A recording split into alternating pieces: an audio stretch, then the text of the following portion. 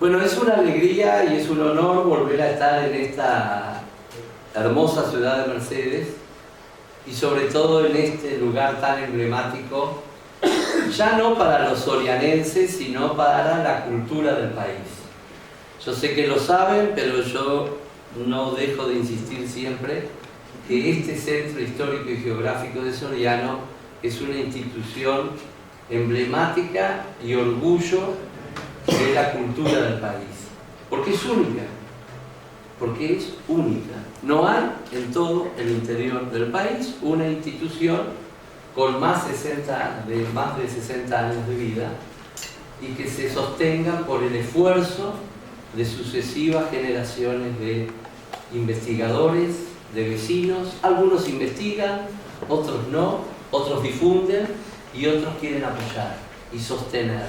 Pero vaya si para un país que está conmemorando los bicentenarios, tener instituciones culturales de más de 60 años de vida es una hazaña. Y si todavía nos ponemos a revisar todo lo que ha hecho esta gente en más de 6 décadas, es realmente admirable. Y no existe en otro lugar del país.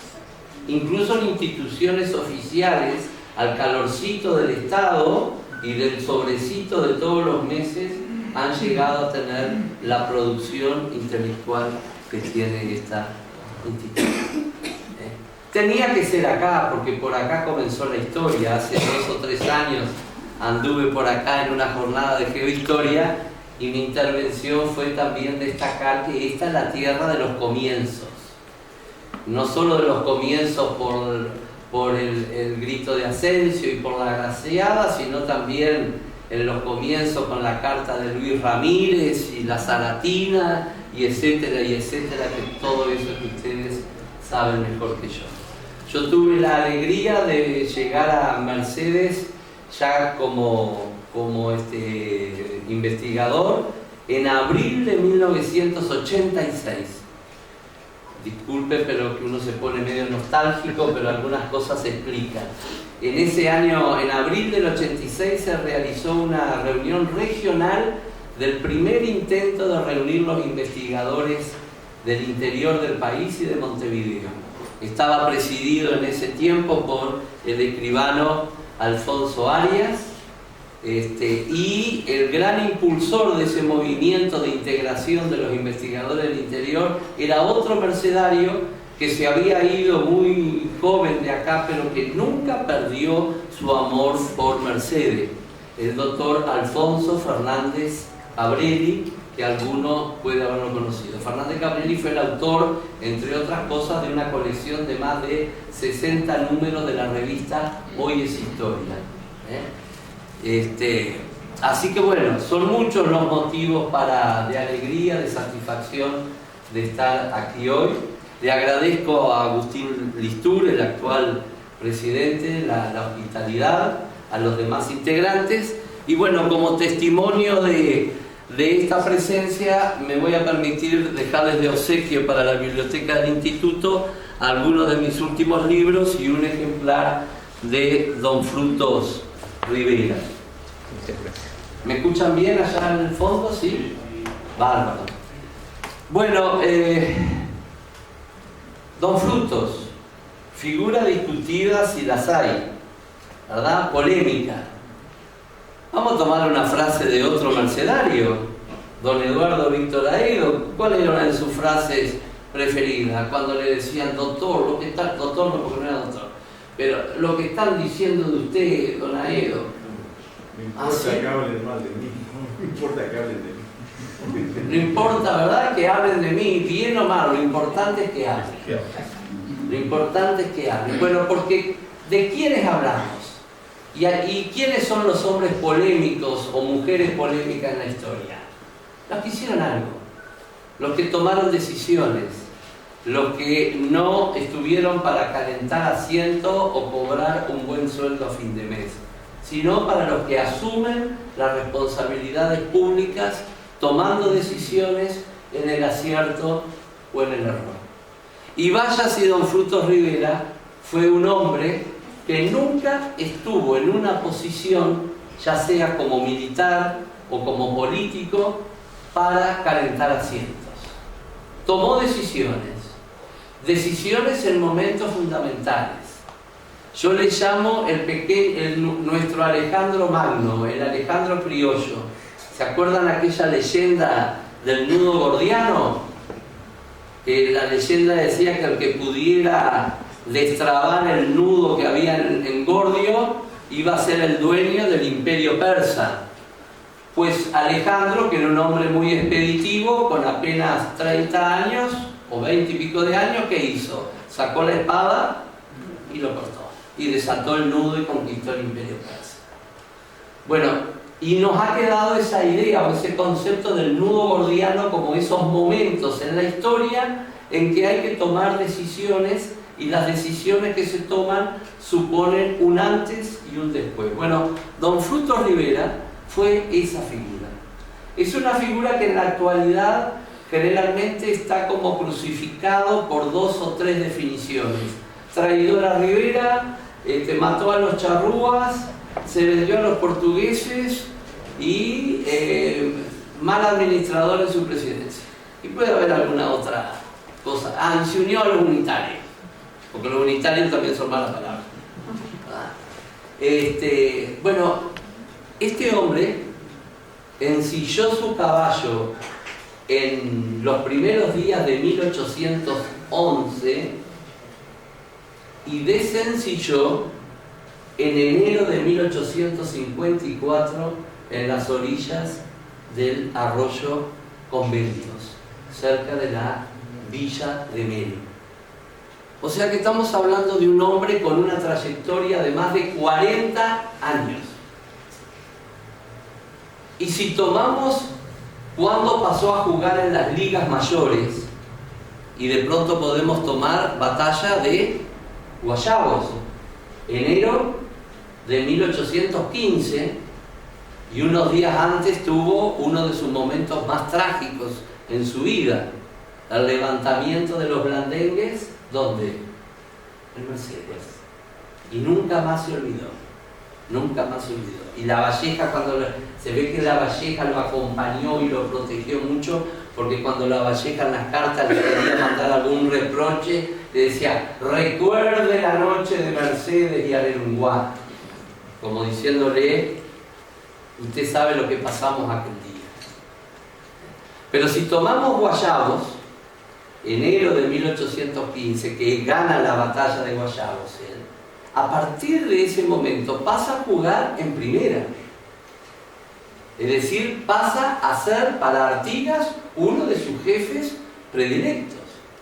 Y de ahí en más, en todas las etapas de su vida, fue una figura decisiva para el país, con el juicio de valor que se le quiera poner, si fue positivo o si fue negativo, pero no hay duda que fue una figura decisiva. Entonces, es una de las trayectorias políticas y militares más extensas de nuestra historia, y es una de las trayectorias más decisivas de nuestra historia.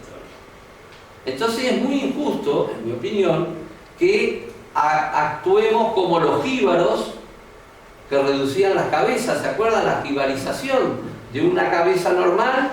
Nunca me olvido de una imagen de una cabeza de jíbaro que había el 18 de julio, allá a la altura cerca del obelisco, y yo pasaba con mi madre por ahí y me asombraba ver la cabeza de jíbaro, cómo habían dejado la cabeza. Bueno, con algunas figuras de la historia muchas veces lo jibarizamos. Tal vez algo parecido como lo que hicieron los argentinos con Francisco, y ahora no saben cómo se van a justificar frente a la historia que pasaron 12 años sin que el Papa llegara a su tierra. Tal vez por esa jibarización que quisieron hacer de creer que Francisco jugaba para la Argentina y no darse cuenta de la grandeza de ese hombre. Más allá de los juicios de valor que se pueda tener sobre lo que hizo. Esa es otra historia. Bueno, salió este libro. Es el resultado de varias décadas de andar juntando papelitos, porque los historiadores, en definitiva, juntamos figuritas en nuestra niñez y juntamos papelitos a lo largo de nuestra vida. Por algo son las carpetas, esa colección de 800 carpetas que me mostraba Alberto hace un rato de Manuel Santos Piris. No quiero saber la cantidad de carpetas que tendrá Alfonso y las que tuvo don Washington Local, y etcétera, etcétera, ¿verdad? O sea, seguimos juntando papelitos y se van juntando papelitos y andamos en los archivos y mucho es buscado y mucho es sorpresivo. Buscamos una cosa y aparece otra. Bueno, este libro trata de alguna manera de resumir esa búsqueda de tanto tiempo. Sí. Seguimos. Hay mucha luz, me parece que no... De repente, Alfonso... A ver si... Capaz que cerrar la puerta, Alfonso, y... No, es la puerta. Y después... Esta luz. Y esa, y la luz de ahí. Allá atrás. La negra, esa aquella que está allá. Ahí está. Ahí mejora un poco. Sí. Ahí espectacular. El libro está dividido en 4 partes: la campaña, centro vital de la nación, trayectoria desde 1800. A ver, acaba de terminarse el archivo Artigas. El archivo Artigas son 37 tomos. Pasaron más o menos unos 70 años para terminarlo. Y Artigas, con toda su grandeza, pero ustedes saben que la trayectoria de Artigas fundamentalmente es de 1811 a 1820, o sea, una década. Bueno, si el archivo Artigas fue de 37 tomos, imagínense lo que puede ser hacer el archivo Rivera un día. Solamente puede ser que se pueda encarar esa tarea trabajando con informática, pero edición papel es imposible. El libro no abarca toda la vida de Rivera, sino que seleccioné, por ejemplo, el periodo artiguista no lo trato, solamente el final, el año 1820. Será para otros investigadores o para otro libro. El periodo de 1843 hasta que va al destierro, o sea, después en la Guerra Grande, tampoco lo trato. ¿En qué me concentro? Tampoco analizo toda la primera presidencia de Rivera, que es riquísima, porque sería un libro no de 650 páginas, sino 2 o 3 tomos así, de 600, 700 páginas cada uno. Escribió muchísimo. A diferencia de Artigas, que casi todo lo que tenemos de Artigas es documentación oficial, de tipo diplomático, o órdenes militares, o órdenes como jefe político, o declaraciones, manifiestos. En el caso de Rivera tenemos todo eso, pero además tenemos una enorme documentación privada de él, es decir, correspondencia. Era un hombre, yo siempre lo digo, Artigas en una carta le dice al capitán Rivera: lo felicito por los progresos que está haciendo en la letra, capitán. Cada vez le entiendo menos. La letra de Rivera fue terrible. La ortografía, o sea, en caligrafía, 1. En ortografía, -1. Ese es un laberinto para poder leer las cartas de él. Pero en redacción, en sintaxis, era brillante. Era brillante. Y amaba escribir. Amaba escribir. Y escribía y se quedaba toda la noche, como en algunas cartas a Bernardina o a otro, le dice: son las 7 de la mañana, son las 8 de la mañana, estoy escribiendo, me pasé la noche entera escribiendo. Y entonces tenemos un acervo de cartas particulares de él enorme. Entre ellos con un nombre muy vinculado a estas tierras, don Julián Gregorio y Espinosa. Se podrá opinar lo que se quiera de don Julián, pero no hay duda que fue un personaje importante acá, muy importante en Buenos Aires, y uno de los íntimos amigos de Rivera. La correspondencia con su esposa, con Bernardina, que es una maravilla. La correspondencia con su amante, entre muchas relaciones extramatrimoniales que tuvo Rivera, tuvo una con Ramona Fernández, una joven de Durazno, y se conserva la correspondencia entre ellos. Más de 70 entre ellos. Y era un seductor Rivera, y también sabía seducir a través de la escritura. Entonces, eso hace que abordar la figura de él es muy, muy complejo. El primer capítulo, la campaña Centro Vital de la Nación. Ahí lo que yo quiero destacar, algo que no se le ha dado a él el reconocimiento que estimo que merece. Fue el hombre que de manera más sistemática se preocupó por la colonización y la ocupación de la tierra en nuestro país, después que se retiró Artigas. Del año 1820, por lo menos, hasta el año 1836, fueron 15 o 16 años donde una de sus obsesiones fue poblar la campaña. Lo vamos a ver. El otro gran... En realidad son parte del libro. El libro está subdividido en unos 250 pequeños capítulos. Cuestión que cuando la gente le ataca el sueño, termina eso y hasta el otro día lo lee. Yo le he dicho a más de uno en broma, no les prometo las 1001 noches de sueño, pero 250 noches por lo menos pueden tener, de buen sueño. ¿Por qué 1821 a 1843? Porque es el momento donde Artigas se retira, comienza a emerger Rivera como la figura que de alguna manera lo sustituye como líder rural, y la fecha de 1843 marca cuando es derrotado por Oribe en diciembre del año 42 en aquella famosa batalla de Arroyo Grande, y comienza el ocaso de la figura de Rivera. Es casi un cuarto de siglo, y ese cuarto de siglo coincide con la presencia de Rivera en Durazno. Otra característica que tuvo Rivera fue hacer de Durazno el centro de su acción política. En la tercera parte, un periodo también poco estudiado. El destierro, vivió 4 o 5 años en Río de Janeiro, al final de su vida desterrado, demora el retorno y su muerte en nuestro territorio en enero del 54, como decía anteriormente.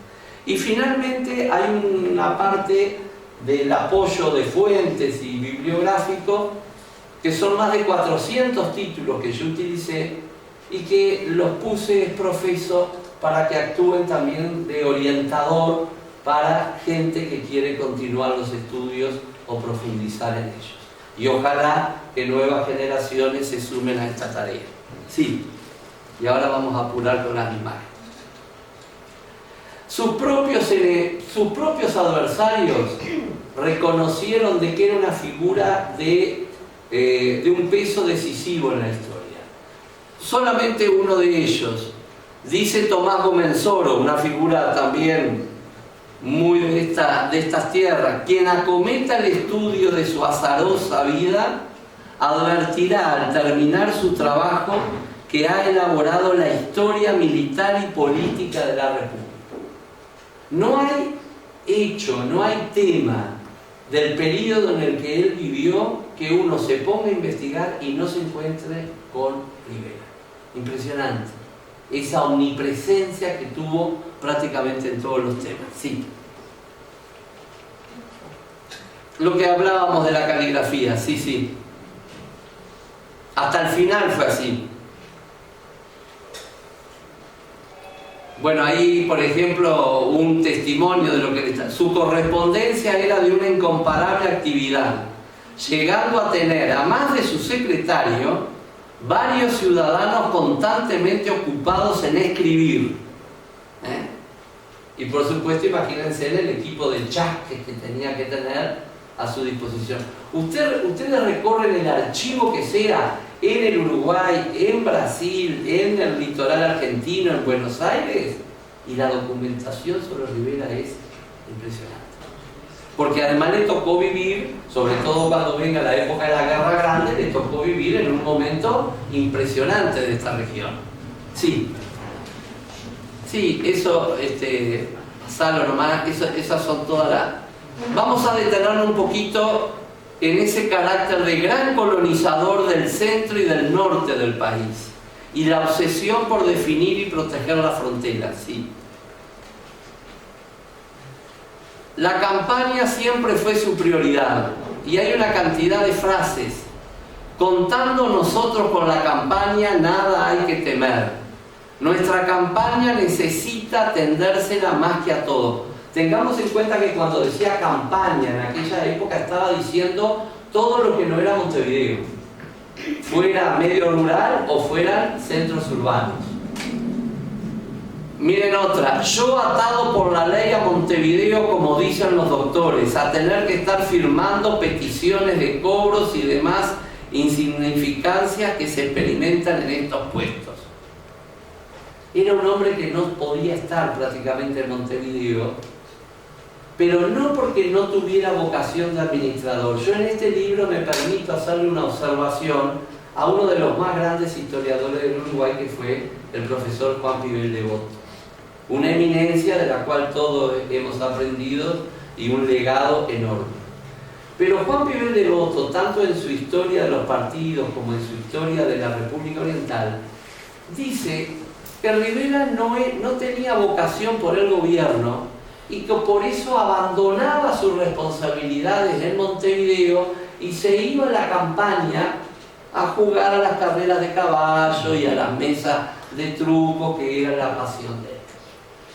Bueno, esa es una mirada, en mi opinión, y eso lo han repetido casi como un mantra y se sigue repitiendo, y hasta por historiadores modernos y muy mediáticos, en alguna publicación oficial de hace pocos años. La pregunta es, ¿dónde tenía que estar un gobernante hace 2 siglos? Yo creo que hoy también tendría que estar un poquito más, pero vamos a ponerle 2 siglos atrás. No, hace 2 siglos atrás no existía el informativo de las 7 de la tarde, que nos vuelve a todos uruguayos. A las 7 de la tarde todos dejamos de ser mercedarios y duranenses, ¿y en qué nos transformamos? En uruguayo. En realidad montevideano. Vamos a hacer. Pero ustedes saben que la palabra uruguayo es el seudónimo de los montevideanos. Pero entonces en ese momento nosotros ahí adquirimos conciencia un poco de país y aparecemos. No es lo más lindo, pero el país en general aparece. Ahora, pensemos que durante muchísimo tiempo y durante incluso la mayor parte de la historia de nuestro país, la gente nacía y moría y no sabía cómo era la cara de los presidentes. No le digo de los diputados y los senadores, que todavía hoy a veces ni la conocemos. Entonces, ¿cómo se hacía patria 2 siglos atrás?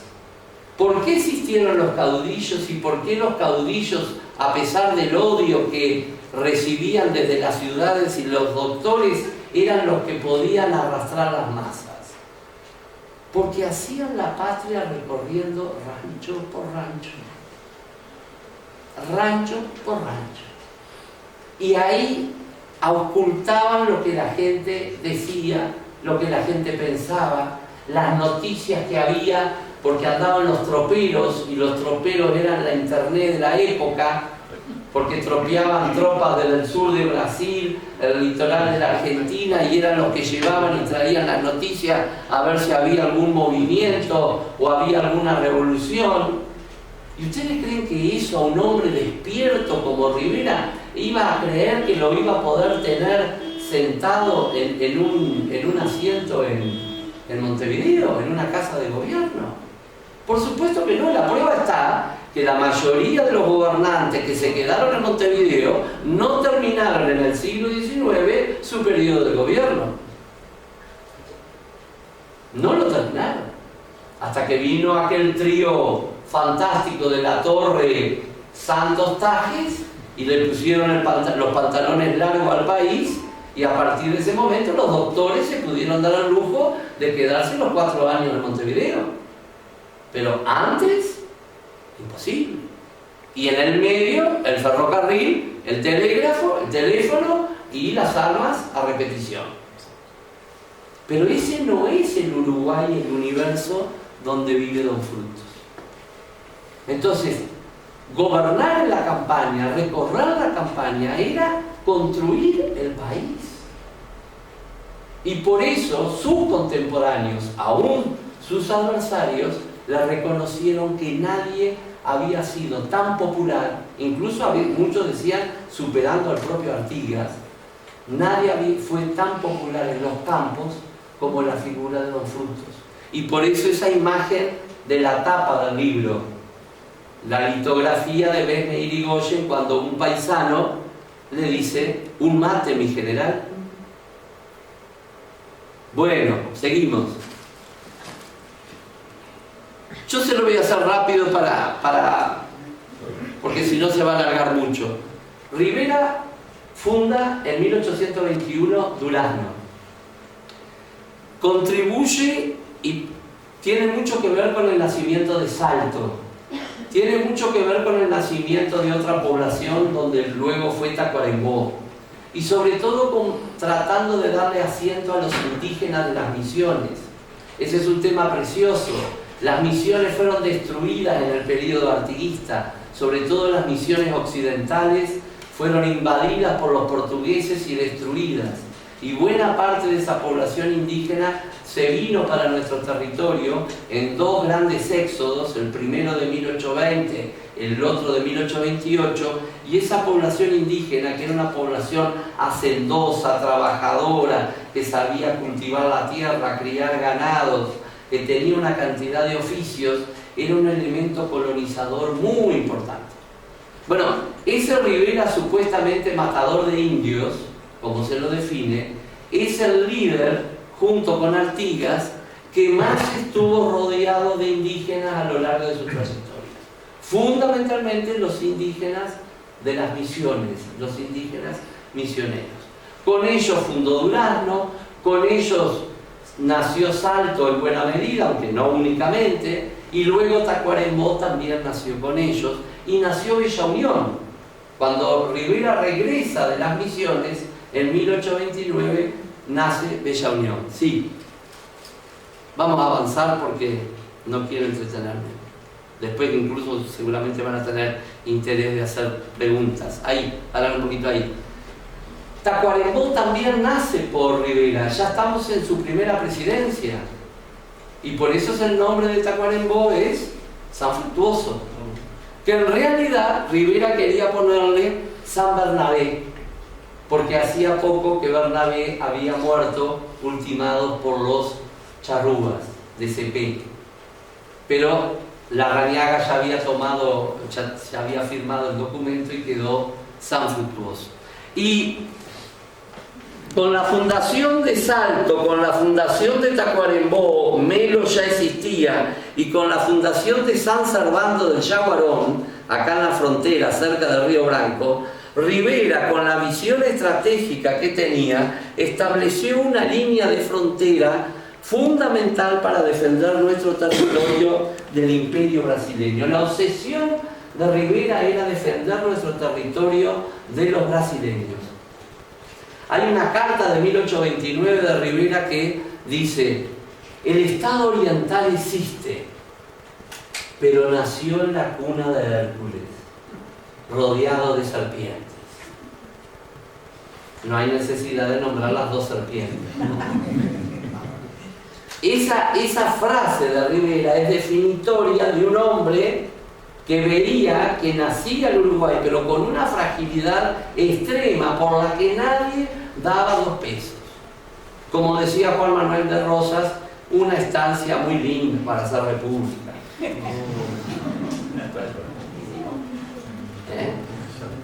Ninguno de los dos, ni Brasil, ni las Provincias Unidas o República Argentina, como quieran llamarle, creían de que este Estado tenía futuro. Bueno, el empeño de Rivera fue, en mi opinión, en mi mirada, darle posibilidades y viabilidad a esta república tan frágil y que parecía condenada a naufragar. Porque además los orientales teníamos una fama tremenda de revoltosos y desordenados. Porque no se olviden que con Artigas habíamos llevado el mensaje de la Federación y de la República a las otras provincias, desde los centros urbanos de Buenos Aires o de Río Janeiro, que eran los orientales, los anárquicos. La forma de identificar la época del artiguismo era la anarquía. Sí. Bueno, para terminar entonces este tema que es muy largo y yo lo desarrollo en 100 y pico de páginas, miren todas las poblaciones que nacieron por influencia o por decisión de Rivera.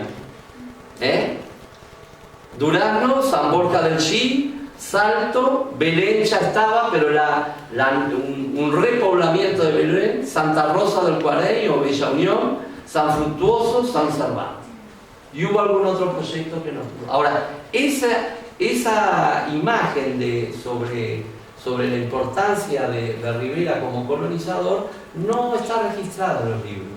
Y no está registrado generalmente que si existe el departamento de Artigas bajo bandera uruguaya, es también gracias a Rivera, que cuando regresa de las misiones a finales del año 28, los brasileños le dicen: usted tiene que bajar hasta el Arapey, de acuerdo al Tratado de la Farola, firmado en el año 19 por el Cabildo de Montevideo, que quería una farola, y entonces los portugueses dijeron: bueno, ¿y ustedes qué lo dan a cambio? Y agarren aquel territorio que tienen al norte, que lo quieren ustedes, del Arapey para el norte, quédense con todo.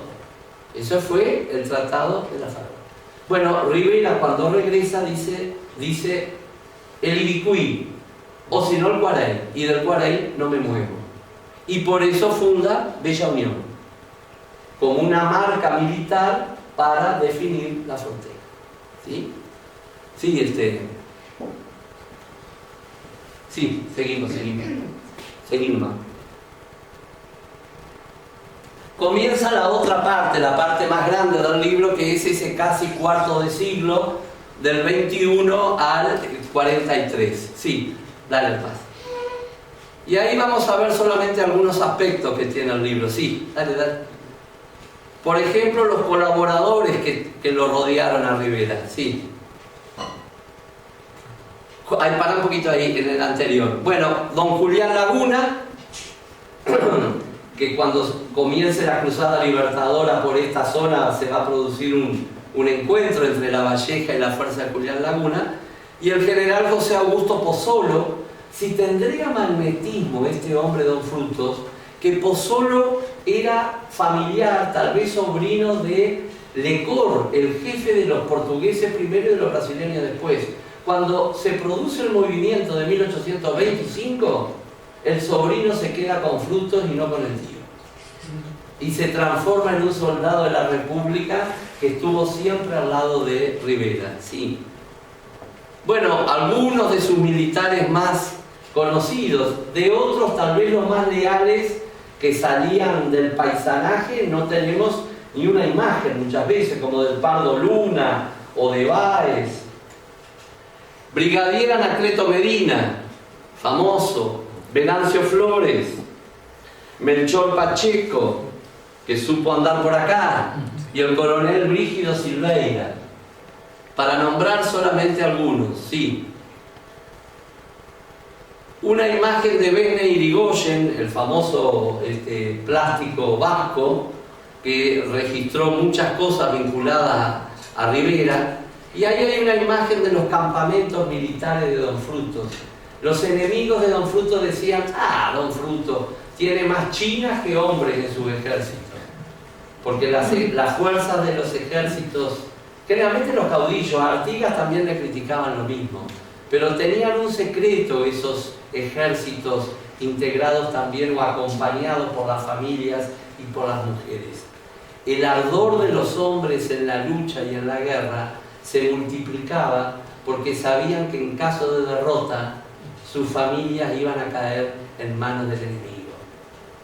Y esas mujeres, además, después de las batallas o en las marchas, eran las que prendían los fogones, eran las que preparaban el mate, eran las que curaban a los heridos, y en algún momento, como lo inmortalizó Eduardo Acevedo Díaz en el combate de la Tapera, también sabían combatir. Entonces Rivera siempre estuvo muy asociado a tener mujeres, las chinas. Chinas, saben que es una palabra de origen quechua, que significa mujer humilde. Ese es el origen de la palabra china. Sí. Bueno, los políticos. Rivera fue esencialmente político, más que militar. Siempre, eso sí, casi siempre se lo ha asociado a Rivera con la astucia, con la inteligencia. Era un hombre muy reservado. Anaya dice que ni la esposa sabía alguno de sus más profundos secretos.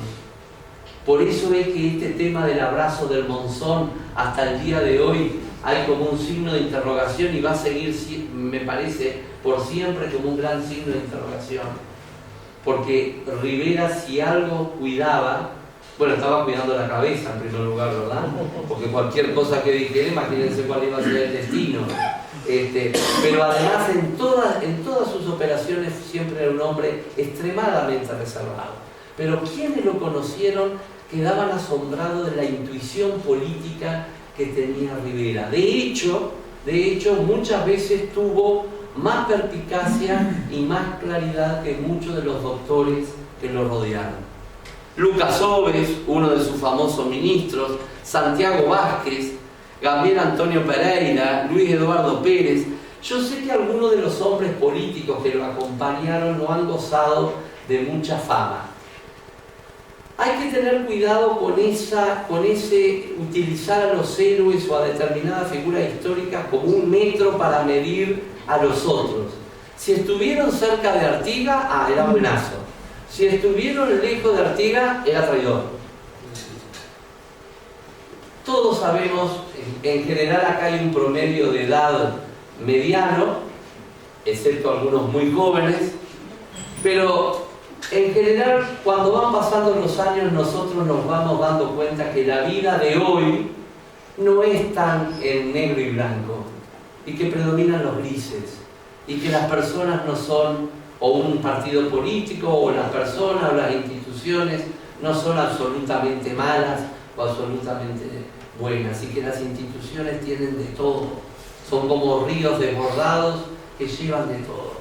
Bueno, eso que pasa hoy, y que nos va dando cierta madurez para analizar el presente, también pasaba en el pasado. Entonces a estas figuras hay que tratar de analizarlas en su tiempo, entender cuál era el origen social, cuál había sido su educación, su extracción, hasta étnica. Para los que venían de raíces europeas, entender el mundo americano le costaba enormemente. Entender el mundo de los indígenas, de los mestizos, entender el mundo de los paisanos de tierra adentro, era otro mundo. Era otro mundo. Entonces, desde Montevideo, desde Buenos Aires, era muy difícil comprender a veces esa realidad. Pero no significa que fueran esencialmente malos. No significa eso. Y otra cosa, recuerden que nosotros no tuvimos universidad en la época colonial. Fuimos de las pocas zonas de América que no tuvimos universidad. Entonces eso nos privó de una élite intelectual que estuviera preparada para dirigir este país que nacía. Por eso los hombres de luces eran muy pocos. Y la verdad que se los destruyó muchas veces. Por una crítica despiadada, tampoco estoy diciendo que fueran candidatos a la santidad. No estoy diciendo eso. Pero estoy diciendo que hay que analizar las vidas en su tiempo, en su contexto. Y a veces hay personas que tomaron decisiones equivocadas en un momento, pero no significa que hayan sido negativos o equivocados siempre. Como seguramente nos ha pasado a nosotros. Sí, pasamos para adelante. Otras figuras importantes que lo acompañaron. Carlos Federer. A él le tocó, fíjense que desde Artigas, él se relaciona con las figuras más importantes de su tiempo. Él comienza siendo aliado de Artigas y termina siendo el principal enemigo de Juan Manuel de Rosas, que era una figura imparable en todo el Río de la Plata, que se dio el lujo de engañar y meterse en el bolsillo hasta embajadores británicos y franceses que llegaban al Río de la Plata. Juan Manuel de Rosas, una figura también muy, muy especial. Y desde Artigas hasta Juan Manuel de Rosas, o Urquiza, pasó por un arco de personalidades, de gente de Brasil, de la Argentina, de otros países, increíble, increíble. Lecor, los famosos brasileros, Sebastián Barreto, los dos Bentos, Bento Manuel Ribeiro, Bento González da Silva, estos Bentos son los que van a ser derrotados en la batalla de Sarandí, que hoy la mencionaba Agustín. Pero, por ejemplo, Bento Manuel Ribeiro anduvo por acá, ¿verdad? Con Abreu, cuando Mercedes era un foco brasileño de primer orden. Bueno, después estos hombres son los líderes de la revolución de los farrapos. Y Rivera tuvo un papel fundamental en la revolución de los farrapos. Por eso hasta en aquella telenovela brasileña, como era Siete Mujeres, era como Siete Mujeres, donde aparece la vida de Garibaldi y todo eso, hasta ahí aparecía Don Frutos. Y los documentos brasileños, por ejemplo, Alfredo Varela, un gran historiador, decía, Don Frutos le enseñó a Bento Manuel Ribeiro todas sus picardías y sus zorrerías. Bento Manuel Ribeiro era un discípulo de Frutos.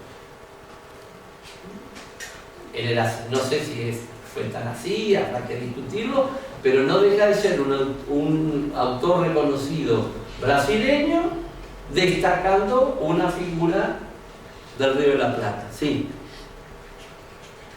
Bueno, Juan Lavalle, también vecino de acá, ¿verdad? ¿Cómo no recordar la serie que hizo, que se publicó en la revista histórica de Soriano sobre la presencia de los exiliados argentinos acá?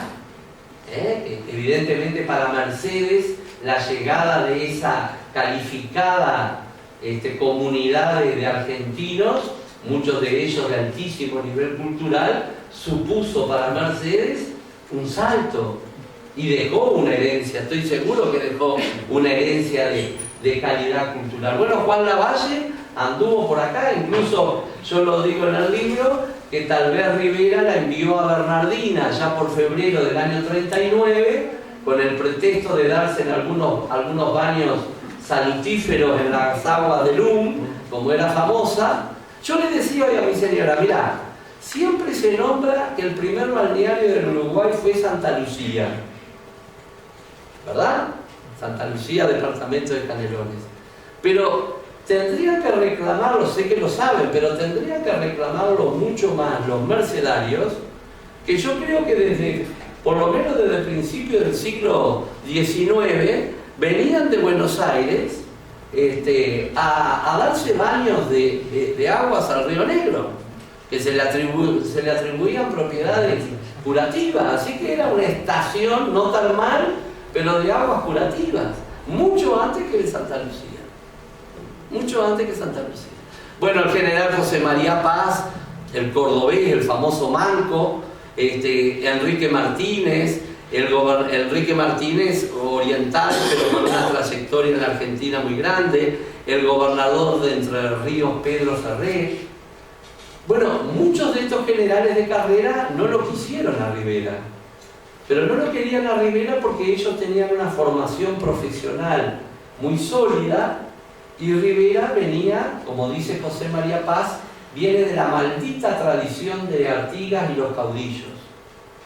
Para estos soldados profesionales, los Rivera, los Artigas, los Lavalleja, eran los montoneros, de mirada despectiva. Es cierto que estos líderes militares nunca tuvieron apoyo popular. Como dijo Rivera de Lavalle, cree que solo con la espada se gobiernan los pueblos y los pueblos se gobiernan con política. La espada sí, en algún momento, pero sobre todo política. Y lo que le faltaba a Juan Lavalle era precisamente esas condiciones del líder político. Sí. Bueno, acá algo, sí, el famoso contraste entre Artigas y Rivera. Bueno, a ver, el traidor Artigas. Rivera abandona a Artigas en febrero del año 20, después de la batalla de Toro, cuando toda resistencia era inútil. Seguir peleando era un suicidio. Y los que rodeaban a Rivera no eran soldados sueltos, vagos y mal entretenidos, como muchas veces se ha querido decir de los soldados orientales. Los soldados que rodeaban a Rivera eran vecinos, se pueden saber sus nombres, sus familias, los lugares donde vivían. No estaban dispuestos a cruzar a la margen occidental del río Uruguay para seguir peleando por un Artigas que se había empecinado en seguir la guerra a costara lo que costara. Rivera podría haber cruzado, pero sus soldados no iban a cruzar, porque la derrota frente a los portugueses era concluyente.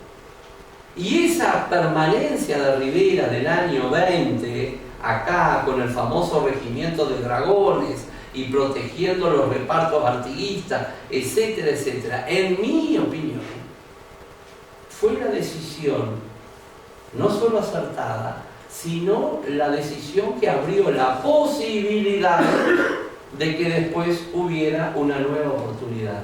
Y la nueva oportunidad fue en 1825 y se concretó en el encuentro del Monzón. Más allá de la discusión de la prisión, porque sería para una charla entera esto, el resultado es que a partir de ese momento esa alianza fue decisiva, porque el que conocía todo el ejército portugués y brasileño por dentro era el brigadier general Rivera, comandante general de la campaña, porque había muerto el máximo jefe brasileño después del Lecor, Manuel Márquez de Sousa, supuestamente asesinado. Y esa muerte, que es poco recordada, de Márquez de Sousa, fue decisiva para la pérdida de alguna manera de poder militar de los brasileños.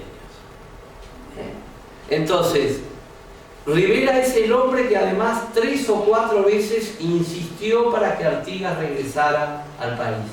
Y tuve la suerte de encontrar un documento, yo no lo he visto publicado, pudo haber sido publicado antes, pero yo no lo he visto publicado, del 1 de abril de 1832, fechado en Mercedes, acá. Y es una carta, lo que tenemos nosotros en el Museo Histórico Nacional, es un borrador de una carta de Rivera a Gaspar Rodríguez de Francia, el dictador paraguayo, pidiendo que se le permita al general Artigas volver a su país. Y da una serie de razones muy interesantes. Así que realmente es una cosa bastante original y nueva. No sé si los mercenarios ya esto lo tenían, pero es una muy linda comunicación de Rivera. Sí. Pero después siguieron otras, seguimos. Después siguieron otras en el año 38, en el año 39. Bueno, otra característica singular de Rivera. Ya sabemos que Artigas no vino, ¿verdad? Ni su hijo José María lo pudo lograr que volviera. Otra característica singular de Rivera. Fue un hombre que gobernó desde Montevideo y desde la campaña, y sobre todo en la campaña desde Durazno. Por eso es el único que tuvo 2 casas de gobierno, de alguna manera, o por lo menos 2 residencias. Tuvo más de 2, pero por lo menos 2. Lo que nosotros conocemos como Museo Casa de Rivera en Montevideo y el Museo Casa de Rivera en la ciudad de Durazno. En realidad habría que hablar 3, porque el lugar preferido por Bernardina para vivir era una quinta en La Aguada, que lamentablemente no se supo conservar ese edificio y se mantiene en parte, pero ahí murió Bernardina y ahí era el lugar preferido de ella para vivir. La casa en Montevideo era más para las grandes recepciones, las grandes fiestas. Y la casa de Durazno la logramos salvar y es museo histórico también desde hace unos 33 años. Sí, sí. No hay otro líder en el Uruguay que haya tenido dos casas así. Me pueden decir, no, pero ¿y la casa La Valleja en Minas? Bueno, pero esa es la casa natal de La Valleja, pero después él ya no, durante su época de su trayectoria política o militar, no vivió ahí.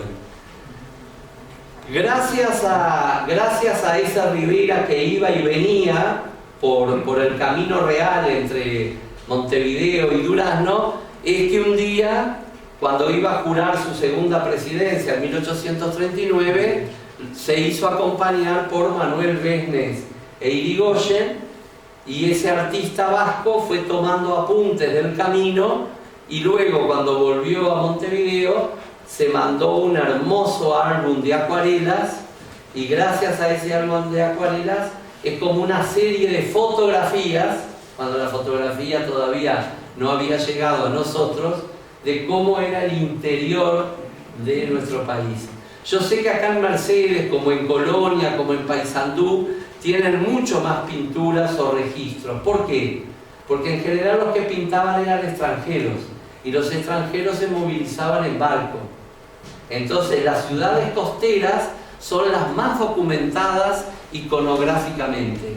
Pero el interior del Uruguay, que no era tan recorrido por los extranjeros, carece de iconografía de época. Por eso este tipo de obras son fantásticas, porque Besnes y Irigoyen no pintó solo Durazno, pintó Guadalupe, pintó Santa Lucía, después pintó San José.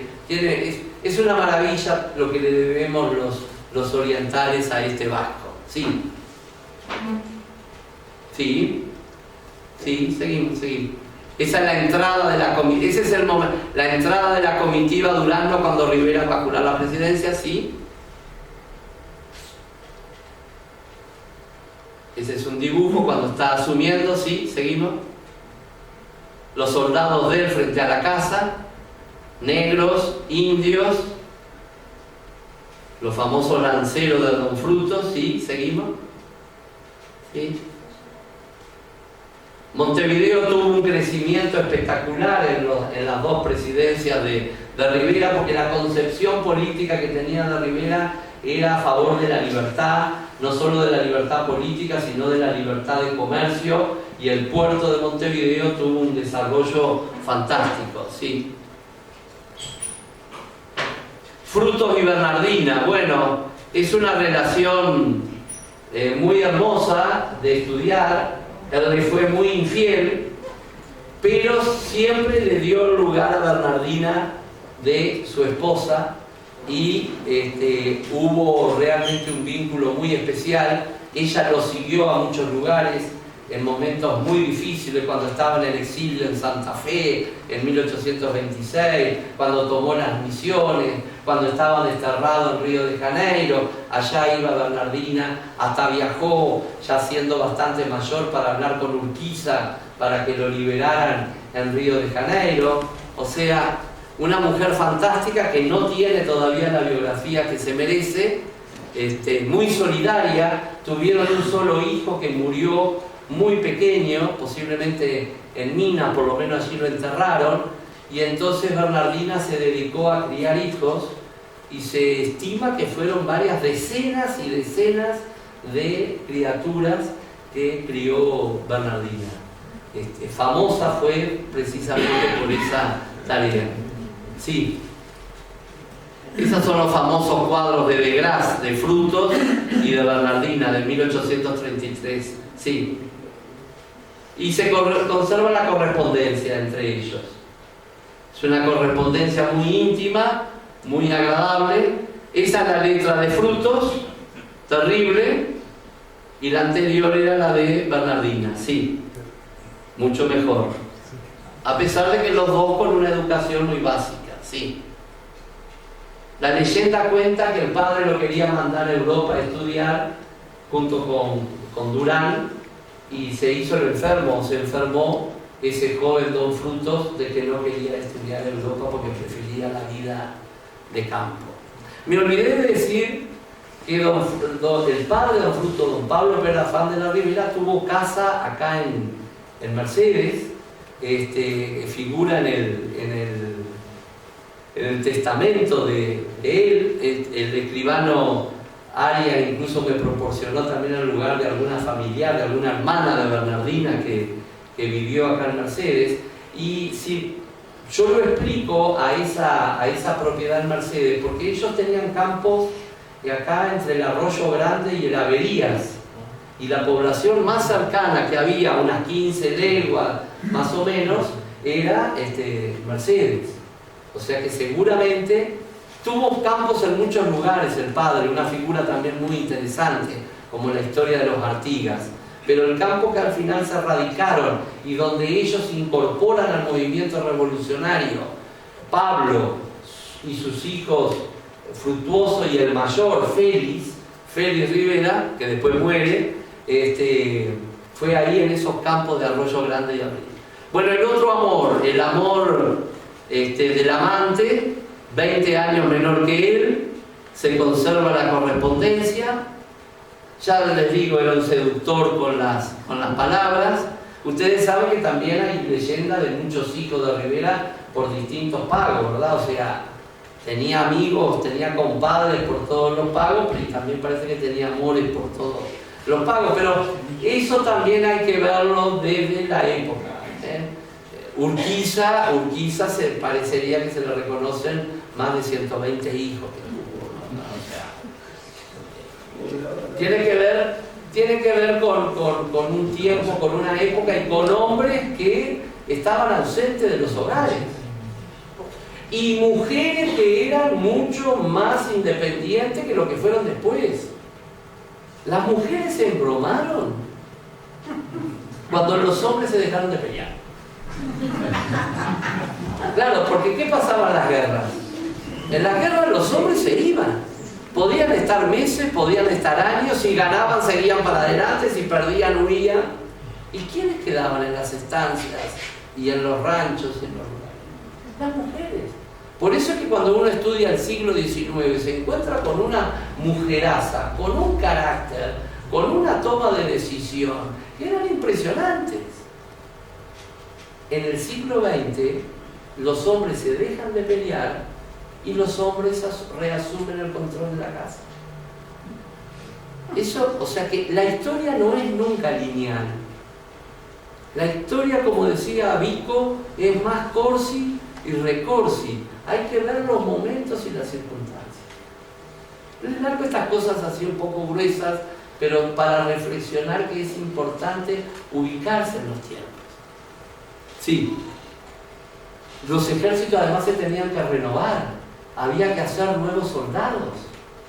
Por eso también se estimulaba la procreación. Porque realmente, Rivera, por ejemplo, tenía una cantidad de jóvenes que le llamaban los guayaquises, que eran soldados muy jóvenes, que las madres se los daban para que los fuera preparando para la guerra. Porque además la guerra era también un instrumento de ascenso social. Muchos de los que llegaron a coroneles y generales y brigadieres eran del origen más humilde, que si no hubiera existido la guerra, nacieron y morían peones de pronto en un campo. Pero la guerra y el demostrar el coraje en los campos de batalla le permitió recibir los ascensos militares. Y así los Galarza o los Pérez, de muy humilde origen, llegaron a ser lo que fueron. O un Anacleto Medina, o un Fausto Aguilar, o tantos otros. El ejército y la carrera militar era un ascensor social impresionante. Después apareció el fútbol, que hoy cumple una tarea bastante similar. Ahí está la hija, Ramona Laureana Rivera Fernández. Sí, que antes de ir a la batalla de Arroyo Grande, él sabía que iba a una batalla muy dura, tuvo el coraje de Rivera de pasar por Durazno y reconocerla como hija de él, y firma: yo, el presidente de la República, fructuoso Rivera. O sea que de todos los hijos de Rivera naturales, es la única de la que tenemos documentación clara. Bueno, y vamos a ir terminando ya. El destierro, un largo destierro, dale nomás, un largo destierro en Brasil. Todavía queda el lugar donde estuvo desterrado, en la fortaleza de Santa Cruz, a la entrada de la bahía de Guanabara. Esa es una imagen actual de la fortaleza. Por supuesto que, como no estaba peleando, ¿qué hacía? Escribía y está lleno de cartas de Don Frutos desde la fortaleza de Santa Cruz. A su esposa, a su amante, capaz que a alguna otra amante que no llegaron a nosotros, y a una cantidad de amigos. ¿Sí? Esa es la única fotografía que tenemos de Don Frutos, ya un fruto mayor, seguramente con un porcentaje de sangre indígena. Por eso le decían los adversarios, le decían el indio, el pardo, el tape, eran todos calificativos despreciativos. ¿Sí? Demora en regresar porque regresaba sin dinero, y él sabía que para ser caudillo y para ser líder también había que tener poder económico, porque la política no se hace con plata solamente hoy, siempre se hizo con plata, siempre. Y él sabía que la política exigía una serie de gastos, y para la gente y las clientelas que lo rodeaban, que esa fue la grandeza que tuvieron los caudillos. Generalmente las clientelas se las mantenían ellos, no como pasó después que las mantiene el Estado, ¿verdad? En la época de los caudillos, las clientelas en general se las mantenían los propios caudillos, vendiendo sus estancias o dando algunos campos, pero era un poco la característica. Él pierde su fortuna, tuvo una cantidad de estancias y las termina perdiendo. ¿Sí? La pobre Bernardina lo que heredó fueron deudas. Ahí lo dice: mi fortuna ha quedado destruida. ¿Sí? Termina entrando al país muy enfermo, posiblemente de tuberculosis, con algunos problemas al corazón. Fíjense, en un organismo que no tuvo una gran salud, tuvo problemas de salud siendo muy joven. Pero un hombre que se subió al caballo en 1811 y se baja en 1854, con esas campañas militares en pleno verano o en pleno invierno, un hombre que todos dicen que cuando se sentía amenazado, como cuando invadió Ichagüe en 1839 y se va a ir hasta la batalla de Cagancha, no dormía y no descansaba y desandaba leguas y leguas y leguas. Es increíble cómo ese organismo pudo resistir. Porque esa es la gran diferencia con La Valleja, y acá no quiero establecer, no es un tema de menor o peor, pero La Valleja es una figura que es como un cometa, tiene un resplandor enorme en el año 25 y después hasta el año 28, y después comienza a entrar en un ocaso. Si uno mira la trayectoria de La Valleja en el primer plano político y militar, es corta, es muy corta, es muy decisiva, pero es corta. Nada que ver con la trayectoria de este otro hombre, lo prolongado que es. Hay una foto ya de Bernardina, anciana, junto a uno de los hijos adoptivos que tuvo con Don Fruto, ¿sí? Don Fruto entra muy enfermo y lo esperaban en Montevideo, y generalmente los libros dicen: cuando iba rumbo a Montevideo lo sorprendió la muerte en el rancho de Don Bartolo Silva a orillas del arroyo Conventos. Es aquí que yo también cuando comencé a escribir este libro pensaba lo mismo. Pero cuando llego a esta parte, a la parte final, por supuesto que fui a los mapas y comencé a trazar el recorrido que Rivera hizo. Y resulta que Rivera entra casi por el sur, anda por el Olimar y por el Tacuarí, y cuando quiero acordar, sube y se va al arroyo del Avestruz, y del arroyo del Avestruz sube más y se va casi a la villa de Melo. Bueno, ese no era el camino a Montevideo. ¿Qué era lo que pasaba? Que era el momento del triunvirato, era un momento de guerra civil de nuevo entre los blancos y el Colorado, el gobierno de Giró, que fue derrocado por un movimiento de Venancio Flores y de Melchor Pacheco y Oves. Y Rivera se suma a ese movimiento, lo nombran triunviro y se pone en plena campaña con sus últimas energías. Y yo tengo la convicción, es una suposición, que él no quiso regresar a Montevideo, que él no quiso entrar a ese Montevideo que lo había visto llegar a caballo, mandando ejércitos, un triunfador de batallas, elegante como jinete, entrar en un carruaje, en una sopanda, moribundo para ir a morir en su casa, sin fortuna, porque lo había perdido todo. Yo creo que Don Frutos de alguna manera eligió morir, porque los grandes líderes muchas veces también eligen morir, o de qué forma morir. Tal vez lo que pasó con Francisco el otro día, que hizo una última recorrida por la plaza que nadie se la aconsejó y él se encaprichó que la quería hacer. Tal vez ahí tenemos un testimonio de que a veces ciertas cabezas brillantes eligen cómo morir.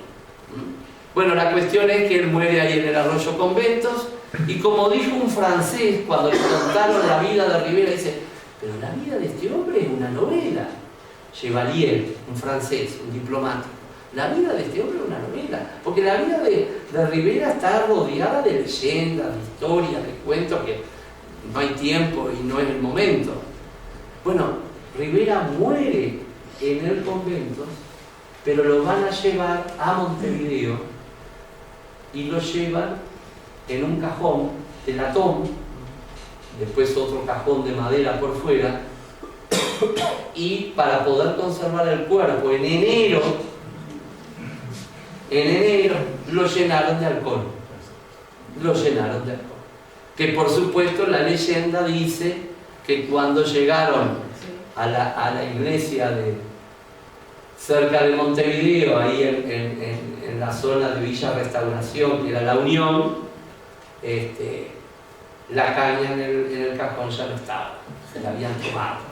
Bueno, así la cuenta la leyenda y dejémosla ahí. Pero fue la forma que tuvieron de conservar el cuerpo. Pero lo interesante es que Bernardina lo va a buscar creyendo que todavía está vivo. Y se lleva un médico desde Montevideo, el doctor Muñoz, lo lleva para tratar de asistirlo a Rivera, que está en el rancho allá cerca de Melo.